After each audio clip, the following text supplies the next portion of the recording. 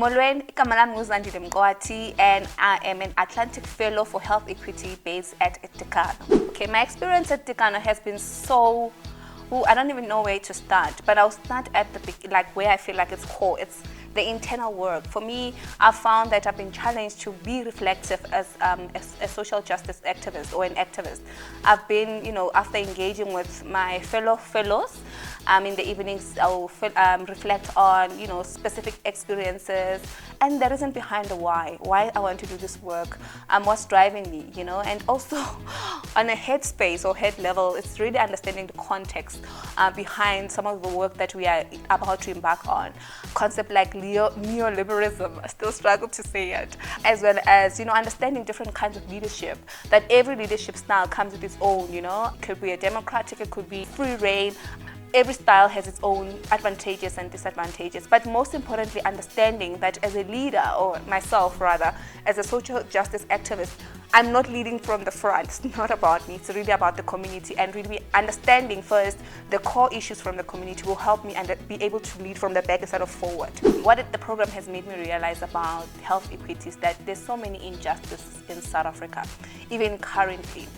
Yes, there's been a movement around young people having access to some opportunities or organizations, agencies set up saying this is what we are providing. But the truth is there's still a large number of people struggling, and we can't be, I can't be a social justice activist just because it fits my career. It really the core of it. It's because the community out there needs support. Right now with COVID, for instance, there's a vast need. I think we can all agree that COVID has made it clear who has and who doesn't.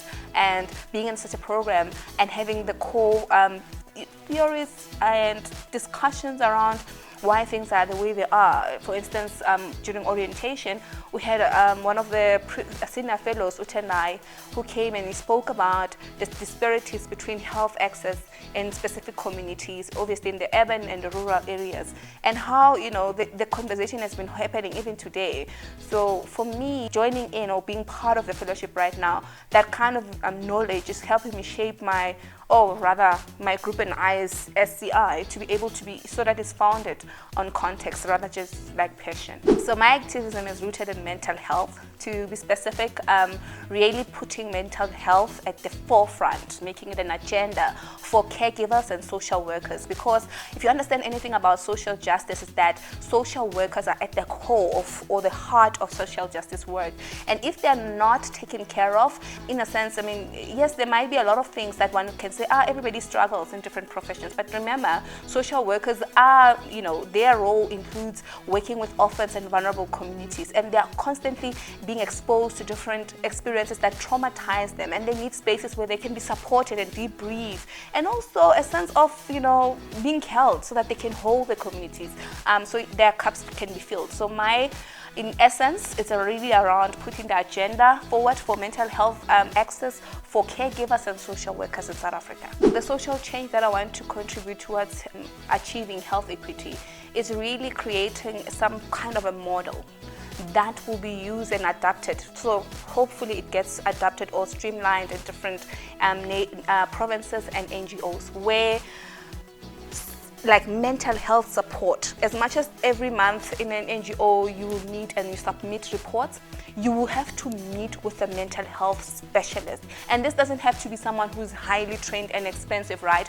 We can train staff members there who can become the mentors, or who can be, your mental health specialists. But for NGOs to have the way that we have been prioritizing reaching targets, the way we have been prioritizing meeting the needs of the funders, we need to prioritize the mental health of the people that are serving our community, which for me are the heart of the work that we are doing. It's imperative that they are being taken care of. When I say they, I mean social workers, caregivers, anyone who engages in the community, with the community, and holds the community's challenges. They themselves need to be held. And if anything, my design, my passion, the reason why I'm sitting on this chair is to contribute, because I'm a drama therapist, is to contribute and bring the playful aspect. You know, South Africans, we play, we sing when we are happy, we tell stories, borrowing from drama therapy techniques to bring those techniques into spaces where people can meet and sing and debrief, and really take care of each other,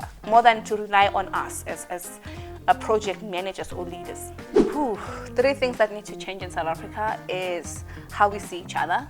So we need to start seeing each other as human beings, and the support that single mothers receive. 70% of households are being led or held by single mothers. And thirdly, equity, access to mental health support for everyone. Now everyone should be able to see a psychiatrist for a correct diagnosis, so that they can be on treatment if they need to be on treatment. Yeah.